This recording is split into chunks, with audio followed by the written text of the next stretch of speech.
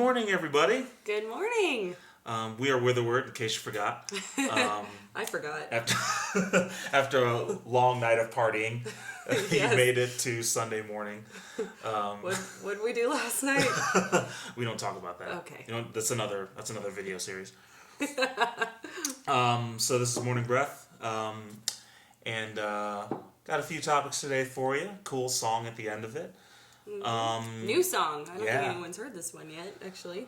Yeah, no, I don't think so. Yeah. I think this is, we haven't really played this out. No, maybe a couple times for in front of audiences of 0. Yeah, or just our friends, Yeah. which we like, but Yeah. no one's, they didn't remember it, so. Big news. Oh, yeah. Big news. Let's do tell. We've changed the color of the wall. I just noticed that today. I didn't even... It's kind of like, I've got this like pukey green and yellow thing going on. I don't know, it looks fine to me. Okay, well, hopefully it looks alright. But we'll probably change it again. So. Yeah. Today we thought we would talk a bit about kind of the cogs and levers and buttons that kind of go behind how we do things in Whitherward, how it all works. So we've gotten a few questions about this from just, we tell people, oh, I'm in an acoustic duo, oh, I'm a musician. And you're like, wow, how do you do that? Like, how does that work besides playing music? So thought we'd kind of talk about that a little bit. What did you want to talk about first as far as... Well, I guess there's a few things in this. We have a couple topics, but I guess they're kind of the same topic. I know. Sort of, yeah. One of the biggest ones or questions that I get asked is about our booking process. Yeah. Especially a lot of our music friends ask us. We tend to do well with bookings. We've been on 3 tours, and we just and they've been bigger each time. The first time we started off, it was like 2 shows. And then it was just 2 shows. We went on a 2-show tour. We went to Kansas City and St. Louis. Yeah, that's right. That was our very first Whitherward tour. Second tour was 10 dates? Was it? No, it was like 5 or 6. 5 or 6 dates. Yeah, we went to South by Southwest. Yeah, that's right. And we went to Arizona. And we had a bunch of shows in Arizona. Yep.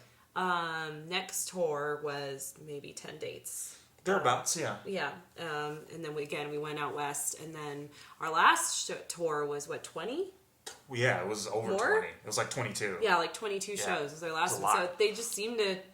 It's just kind of been a natural progression, I guess. Yeah.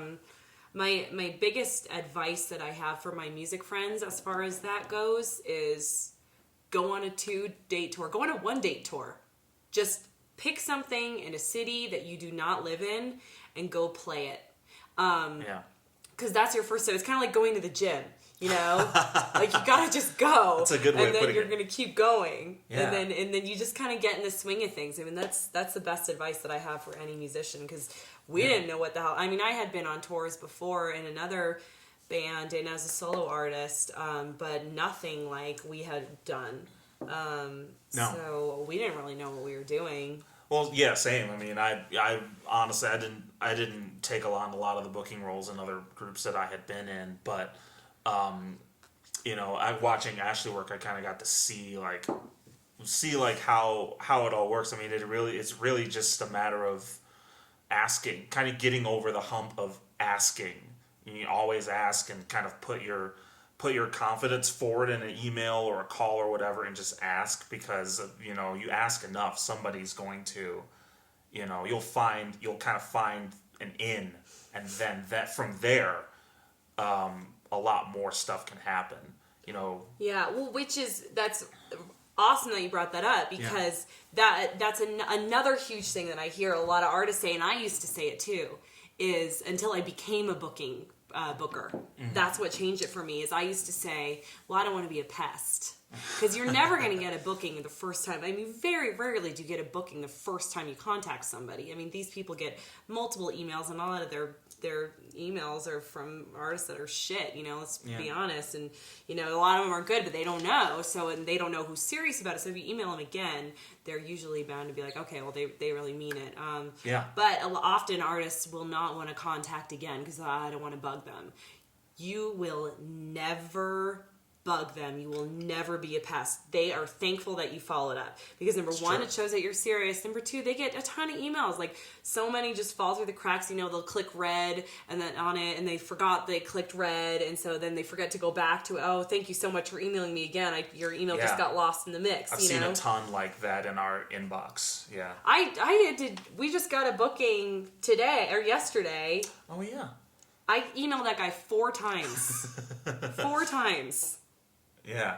And I met him before I emailed him. And he finally got back to me. Oh, I'm so sorry. He didn't care at all. I'm just they get busy just like anybody else. So it's not. Yeah, it's that's something I'm learning. Like just kind of persistence, just in life in general. But it's especially important when you're trying to book shows to just be persistent. Yep. So. Yeah, I mean, honestly, nice about it. yeah, exactly. But I as a booking agent, I used to book a lot of venues in Nashville, and I had a company, Juliet Productions, with Michelle. Hi, Michelle, if you're watching. And we would book artists, but in Arizona. But I never got frustrated people. I was always the people that emailed me the most are the ones that got the most bookings. There you go. Yeah, I mean, think about it, so one person calls you once and another person calls you 4 times. Who are you going to get back to first? Yeah, because who you're going to remember the most, like the person. Yeah, or like, they called me 4 times. I better call that guy back. Yeah, exactly. Yeah. Exactly. So those are the tips and secrets. I've just shared it too much. Yeah, as one would say, it ain't rocket surgery. It's just a matter of persistence. Yep. And that kind of, I guess, can kind of segue into the next point is that I mean, it is primarily a 2-person operation, Whitherward. I mean, we both do the bulk of the work. And we'll help each other out, but we've kind of come into these specific roles. Like Ed helps with the booking. I do most of it, and he does everything else. That's well, kind of. It's kind of true. Yeah. Okay. Well, I'll cop to that. But what it boils down to is, we've both kind of found our niche to make it work. Like it's naturally too. Yeah, exactly. Naturally, like we found things that we're good at, and I think part of it is we both recognize what we're good at and we respect it.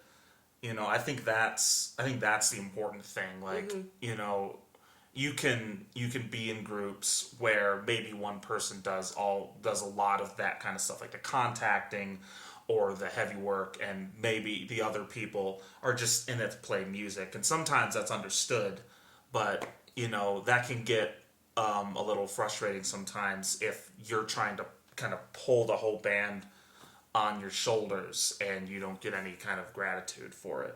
So I think we've kind of found what we're good at, and we respect each other's skill set. And if one of us asks, like, hey, can you help out with this, then we usually get it done. Yep. So I do a lot of the kind of the audio stuff, the video stuff, the kind of technical stuff, like setting up the social networking sites, trying to make all of that flow a little better, of trying to find ways to make that flow better. And I'm starting to get into web design, so I'm starting to, be conscious of that and design. Like I designed the EPK website. If you go to epk.whitherward.com, then that's just our little electronic press kit, which is also very helpful for booking. But it's been just a big help. custom. Yeah, it has, and Yeah. it's just custom designed though, and that's one of the things that I'm trying to do. So I handle that stuff, and then Ashley does like the bulk of the booking and kind of the Yeah, I think- social Yeah. person. Yeah, I maintain the social networks. I try to post something at least every day. Yeah. But you post stuff too. I'm just a little obsessive about it. Yeah, so I mean, and then networking and like finding the contacts that we need, and Yeah, like, you're really good at that. Like that's a thing that I look at that and I'm like, oh, how's she doing this? Like just kind of curious about it. well, I couldn't do it. He does all the technical stuff, all the behind the scenes stuff, and I'm constantly like, Ed, help. So yeah, very very thankful that Ed knows what he's doing. But we make it work. Like that's the fun part. It balances out really well. Like Yeah. I don't feel like either of us put in more work than like sometimes. Yeah, like Ed's putting more work into it when it's time to mix and master the record, but when we're booking a tour, I'm putting in more work. So it's it like balances out. It Yeah. does. It does. And Absolutely. I think we both really respect what each other does, which is so important in a band.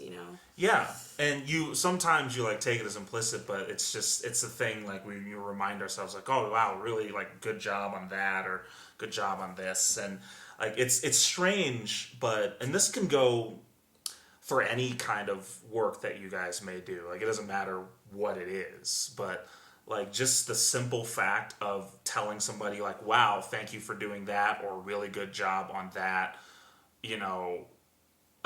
goes a really long way, and it makes someone feel like you actually like they respect what you're doing, and that goes a long way. Like It really does. and it's easy to forget in a lot of things, in music as well, or running a band or something like that. It's easy to forget. So, we try to thank people, as when we can, when they do something really nice for us and for each other and stuff like that. So. And we do get, and are very thankful for some of the outside help that we get. Yeah, very much so. I mean, we kind of wanted to keep it an in-house operation, specifically indie. I know Ed's been in other projects, I've been in other projects, and I've worked with a lot of people, and it's often a big disappointment. So it's nice to have like you're just gonna do it better yourself. Go indie because Yeah. it's There's a lot of satisfaction to be gained from it. For one, when everything that happens, like likes on Facebook, an email from a venue or something, like it means a lot more when you know that you got that all yourself. Yeah, you did it. You didn't ask somebody else to do it, and then they forgot. You did it, and then you just did it, and then you see the rewards to that. It's huge. But again, I mean, we do like we have Pat helps us out with our flyers now, which is nice to kind of take that off of us, and he does a great job. So anytime you see a flyer, that's Pat these days. Absolutely. So we're really grateful to have that help. We've had lots of people take us in and put us up on tour, and that has been really appreciative. Lee and Kai and Pat and Alex and and that kindness while we're on tour. And my parents, your mom, and all the musicians we've had play on the records and stuff. Oh yeah, like, that's huge. Yeah. God, yeah, we talked about this before. Steven Jurgensen played cello for us. And Corey Fritz played trombone. Jaron Mossman on drums. Joe Bidewell on played accordion for us. So yeah, we've had a lot of we have a lot of support, and that makes a big difference too. But yeah, and people sharing our stuff too, like our friends and family and fans. Thank you guys for just any time anybody shares, an event or a video or something we've posted. It's really helpful. So we're grateful for that.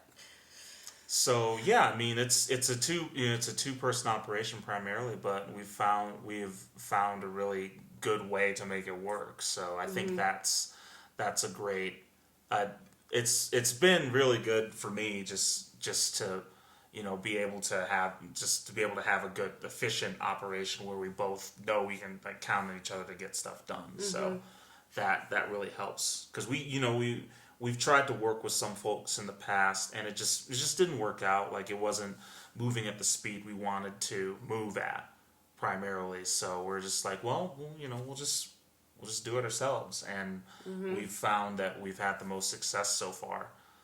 So we'll just kind of keep doing it until it gets a bit too big to handle. That's true. I forgot all about. Yeah, we were working with a couple of booking agents. Like when we first started. I mean, they're great people, and it just didn't work out. I think again, it's the kind of thing. Once you take it in your own hands, it's totally different. I mean, they did get us some shows, and that kind of got us going. But then after that, it was like. It was just so much more efficient when we put it in-house. And I mean, eventually I hope that we can find an actual booking agency that works with other artists to pair up on tours and things like that. But right now, now we're making it work. Yeah, absolutely. Making it work. So there's a kind of a peek behind the curtain of how Whitherward works. Whitherworld. And so let's move on to the song. What's the song for today? So we're doing actually, like I said before, we're gonna do a new song. So it's a song called "Catch the Moon," and I wrote this one. And I had my last relationship before I left Nashville was very short lived, and it's funny. It's one of those things where it was like a really big deal at the time, but it really wasn't. I look back on that, I'm like, well, that was silly. But yeah, I got dumped. It happens, apparently. It was like really my first time getting dumped. But it was kind of thing where I shouldn't even say that. It was just kind of the relationship ended before it even really began. Like before we had a chance to kind of like jump that last hurdle of actually being in a relationship. It just kind of disappeared. And so the song's called Catch the Moon. Like this is kind of me calling that person out, like wow, you ended this before we even had a chance to get there. So yeah, it was a great therapy at the time, but I still as a lot of music is at this point. But yeah, I really like the song, so me too. it's fun. All right, so without further ado, Catch the Moon.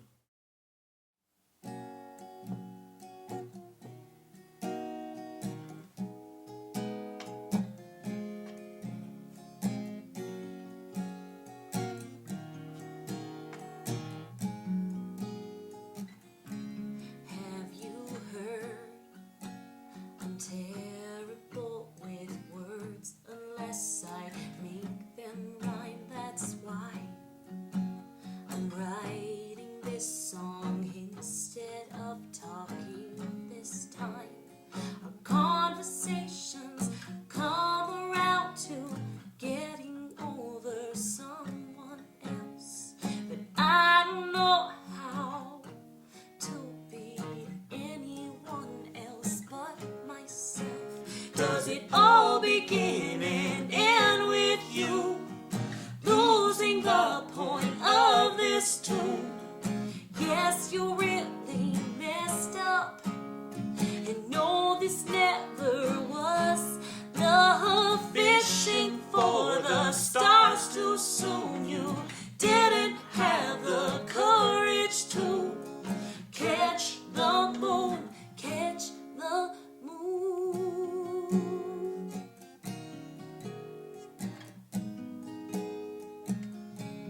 Now I know you wanna dance with someone by the Texas Sea.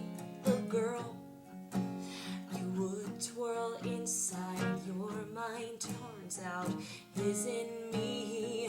You have the strongest hands that I would ever want to get to know, and the weakest will I never could hold. Does it all begin and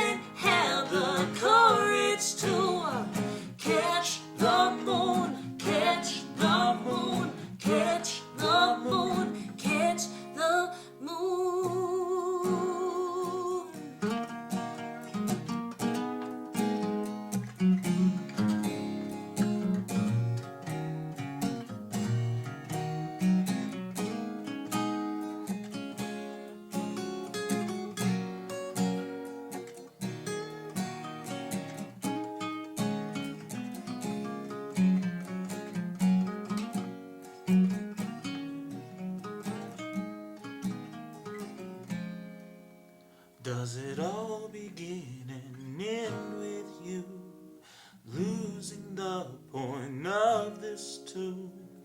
Yes, you really messed up. No, this never was love. Fishing For the stars too soon, you didn't have the courage to catch the moon, catch the moon, catch the moon, catch the moon, catch the moon, catch the moon.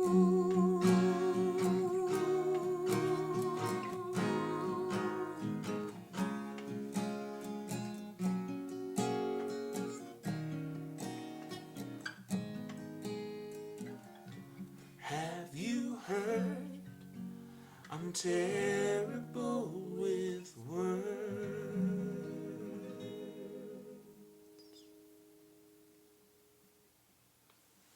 Thanks for listening, everybody. Thanks for listening, and we'll see you next time. See you next week. After these messages, we'll be right back. Isn't next week our cover flip? If we want, I guess so. Yeah, if we want it to be. Yeah. Because we can do whatever. I do what I want. So, without further ado, catch the moon.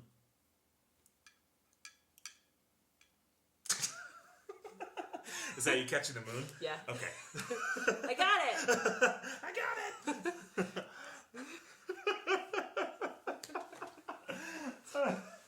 That is totally staying in there.